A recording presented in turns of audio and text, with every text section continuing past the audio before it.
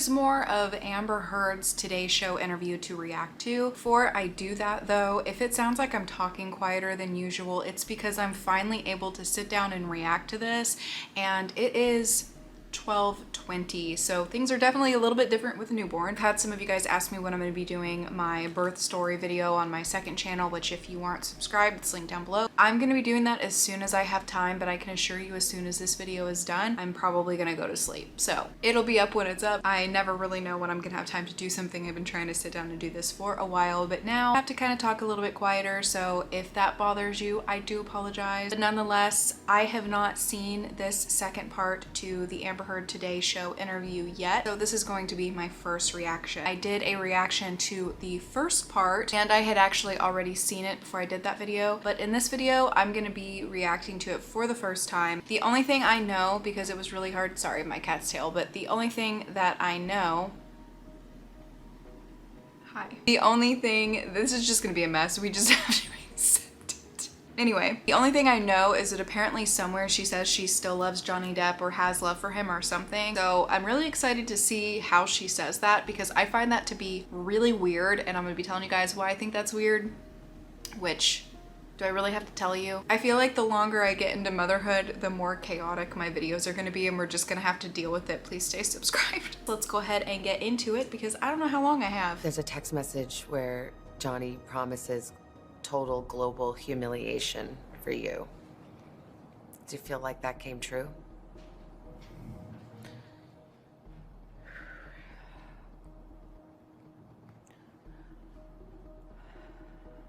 Hello? I know he promised it. I testified to this. I'm not a good victim, I get it. I'm not a likable victim. I'm not a perfect victim. But when I testified, I asked the jury to just see me as human and hear his own words, which is a promise to do this. It feels as though he has. It's really important to remember when you hear Amber Heard talk, some people don't know all of the things that conspired prior to this. Some people have not watched the trial or know all the tiny little details. So when she says things like this, it might sound like, oh, Johnny had a goal to just humiliate her. Amber Heard is the one that purposefully went to file a restraining order with a bruise on her face, knowing that everybody would know that it came from Johnny, or that it allegedly came from Johnny. All I'm saying is, if the text message from Johnny came after she filed the restraining order with the bruise on her face, I don't feel like that's the worst thing that he could have said, because imagine how you would feel if somebody faked a bruise and went to file a restraining order and had contacted TMZ to take pictures of it so that you could be globally humiliated. She did that to Johnny, she just doesn't have text messages where she's saying that she did. Also, when they say things like she's not a perfect victim, that really bothers me. It's not about you not being a perfect victim. Of course there are people out there that are victims of domestic violence that have maybe, you know, tried to defend themselves against the person who is hurting them. Of course there's people out there like that. The way that she spoke to Johnny Depp, the audio recordings of her, the things that she said to him, that stuff is so much more than just not being a perfect victim. Like, it's simply put, if Johnny Depp was caught saying those same things, nobody would even try to defend it. Everybody would hate Johnny Depp. He would have no supporters. People would have sided with her. People just keep giving Amber Heard excuses because she's a woman, and when she says things like, I'm not a perfect victim, it's just her trying to play on that. Having been found liable, are you nervous, as we are here today, about what you can say now? Of course. I took for granted what I assumed was my right to speak. Do you feel like you could be sued again by him for defamation? I'm scared that no matter what I do, no matter what I say or how I say it, every step that I take will present another opportunity for this sort of silencing, which is what I guess a defamation lawsuit is meant to do. It's meant to take your voice. Somebody's not going to file a defamation lawsuit against you if you don't make a perfectly timed op-ed your Aquaman movie release implying that you were abused when there are audio clips where you were abusing him. And there are witnesses that say they saw you abusing him. She cares so much what people think of her that she's really trying to, I guess, get as much support as she can, even if it's just a little support. I'm curious how much she got paid to do this interview. If you think about it, she was just sued for millions of dollars that she claims she doesn't have. However, I have seen pictures of her getting out of a allegedly $30,000 private plane. And then I have also heard that she was staying in like a really expensive Airbnb. I don't really know if somebody else was paying for that stuff. I have no idea. I just find it really strange that they were saying that she didn't have money to pay the charities that she pledged she would donate to, and that she also doesn't have the money to give to Johnny Depp that he won against her, but she's spending money allegedly on these really expensive things. But whatever. Again, I'm just curious how much money she got from this interview, because not only is she trying to clear her name with as many people as she possibly can, because somehow there are people that support and believe Amber Heard, but also she probably got money to do this, which she desperately needs. I mean, remember, her favorite wine is $500 a bottle. Life had seemingly moved on, and you decide to write an op-ed. Why did you do that? Because the op-ed wasn't about my relationship with Johnny. But it alluded to him. It was unmistakable. You know, what the op-ed was about was, you know, me loaning my voice to a bigger cultural conversation that we were having at the time. The thing that's frustrating is people don't want her to be a voice for victims of domestic violence because she has been the abuser. There is a difference in people that are victims and people who are the one abusing other people. If Johnny Depp was caught on recording saying the things that Amber said to Johnny Depp, like, nobody would want Johnny Depp to be a voice for victims of domestic violence. And as far as the op-ed, we all heard on that trial that it was very detailed that it was about Johnny Depp, and things got edited out because they wanted to avoid her being sued, which she got sued for it anyways. It was proven in the trial to be about Johnny Depp. She's still trying to act like it wasn't, even though we all heard that. So that's exactly what I mean by, like, I feel like in these interviews she's just trying to save herself with anybody that will listen that maybe didn't hear all the details of the trial. If you didn't watch my first part, she gaslights, and I feel like she's doing that again by trying to act like it wasn't about Johnny, even though we literally heard all the proof that it was. It was important for me not to make it about him or to do anything like defame him. I had lawyers, teams of lawyers, review all the drafts of this. When you wrote this op-ed, it was the height of Me Too. Legions of powerful men being canceled, losing their jobs. Did you want that to happen to Johnny Depp? Yes. Of course not. Of course not. It wasn't about him. There were people that looked at the drafts and said it was too detailed about him and he needed to be edited out as much as possible. This was a hoax, is according to his team. Why didn't I cooperate with the police? As I've testified before, and I will stand by until my dying day, I didn't want to cooperate with them. I didn't want this to be out. I didn't want this to be known. I didn't want to cooperate with them because I didn't want this to be, I didn't want to get him in trouble. If it was a hoax, I could have done that. But 5 days later, you went to court and it came out. 5 days later, I made the decision to stand up for myself and protect myself. You can't get a restraining order in private, which of course I didn't understand the night when the cops were called. There's so much evidence that it was coordinated with this bruise on her face when she went to file the restraining order. It was coordinated. When she says, I didn't want any of this out here, but you definitely did 5 days later. You definitely did want it to be a spectacle then. You did it on purpose. An employee of TMZ testified at court and said that TMZ was tipped off about when you were going to be going to the courthouse and on what side of your face bruises would be apparent. Did you tip off TMZ? I was gonna say, he certainly didn't get tipped off by me or anyone in my... you know tip off TMZ? Why would they? No. You ask no one to do that? As I testified to before, it had nothing to do with me. There are different incidents that you testified to, and the Depp legal team would put up pictures of you publicly right after that or in the days following and saying, Why are there no bruises? Again, it's that thing. If you have bruising, if you have injuries, it's fake. If you don't have any, then you weren't injured. People think the bruising that we have seen is fake is because it's not consistent with the stories that she told. We don't think that they're fake just because. Like, we're not out here accusing everybody of faking bruises on their face.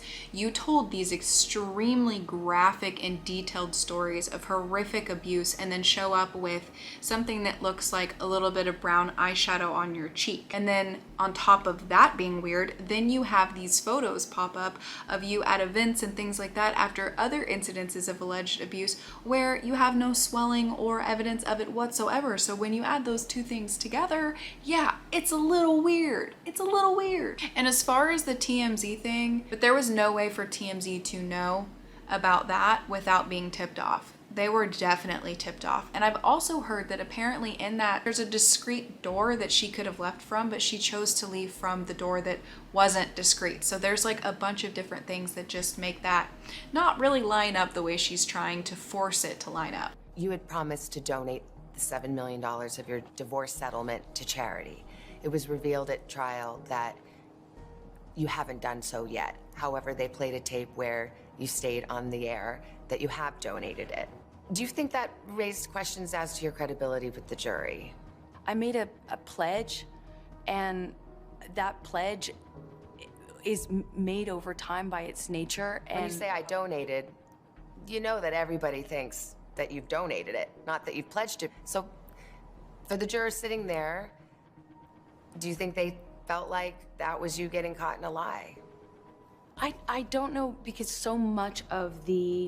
I feel like so much of the trial was meant to cast aspersions on who I am as a human, my credibility, to call me a liar in every way you can. And that was the trial. It was a credibility contest. And that was it.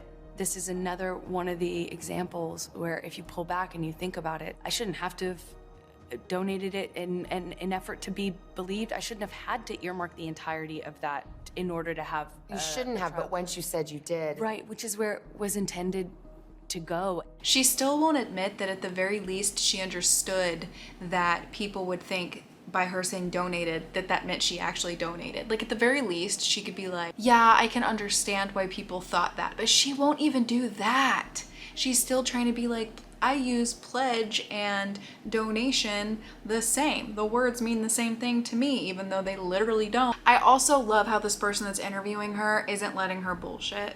Like, she's questioning the things that she is saying. I mean, I can tell this interview was like really edited because there's very like hard cuts. So I wish that we were hearing more of it, but I like that she is at least coming back and saying stuff to what Amber is saying that doesn't line up or make sense. Like, she's asking the questions that we all want to hear the answers to, but none of us are getting them because Amber ain't answering anything genuinely still. How do you see your future now? I get to be a mom, like, full time, you know, where I'm not having to juggle calls with lawyers. One day you may want to tell your daughter about this or have to tell your daughter about everything that you've gone through. What would you want to say? I think no matter what, it will mean something. I did the right thing. I did everything I could to stand up for myself and the truth. I do feel bad that her daughter keeps getting brought up. Same with Johnny Depp's kids. It's unfortunate that it has affected anybody around them at all, because the people around them, even the people around Amber Heard, it shouldn't come back on them, especially kids, especially a baby. On the first day of the trial, you issued a statement, and part of the statement said, I still have love for Johnny. Oh, here it is. Yes. Is that still true? Yes. After everything? Absolutely. Absolutely. I love him. I loved him with all my heart. And I tried the best I could to make a deeply broken relationship work. And I couldn't.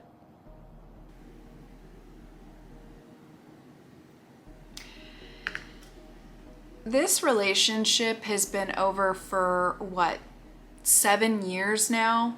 7 years. 7. I feel like if somebody did to me all of the things that Amber Heard alleged that Johnny Depp did to her, after 7 years, you probably wouldn't have any sort of love for that person. I know that when you are in a relationship with domestic violence, that you can love and be in love with the person that's hurting you.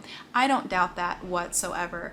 But to have moved on, to have a child, to have a new relationship, to have so much time pass, and not only that, to say all of the things against him that she has said, for her to say that she still loves him is so weird to me. There were actually times when I was listening to her testimony where it felt like the way she was like romanticizing how their relationship had started, it was coming off like she still felt things. And if I'm not mistaken, I will not be able to find this clip because there were so many hours of this trial, but there was a time during the trial where she said she loved Johnny Depp during the trial. If you guys have seen that clip and happen to know where it is, link it down below. But I do know that she had said that during the trial because I remember thinking, like, did she mean to say that? But here she is saying it again, and I find it so weird. It makes me uncomfortable, to be completely honest with you, and I'm pretty sure it probably makes Johnny uncomfortable too. Like, do you guys think that, maybe this is a stretch, but do you think that she says that to send him a message?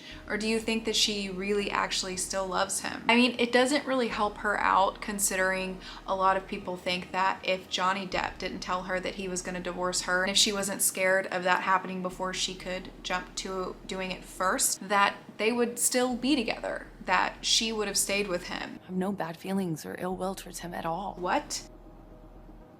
I know that might be hard to understand, or it might be really easy to understand. If No. you've just ever loved anyone, it should be easy. Ew.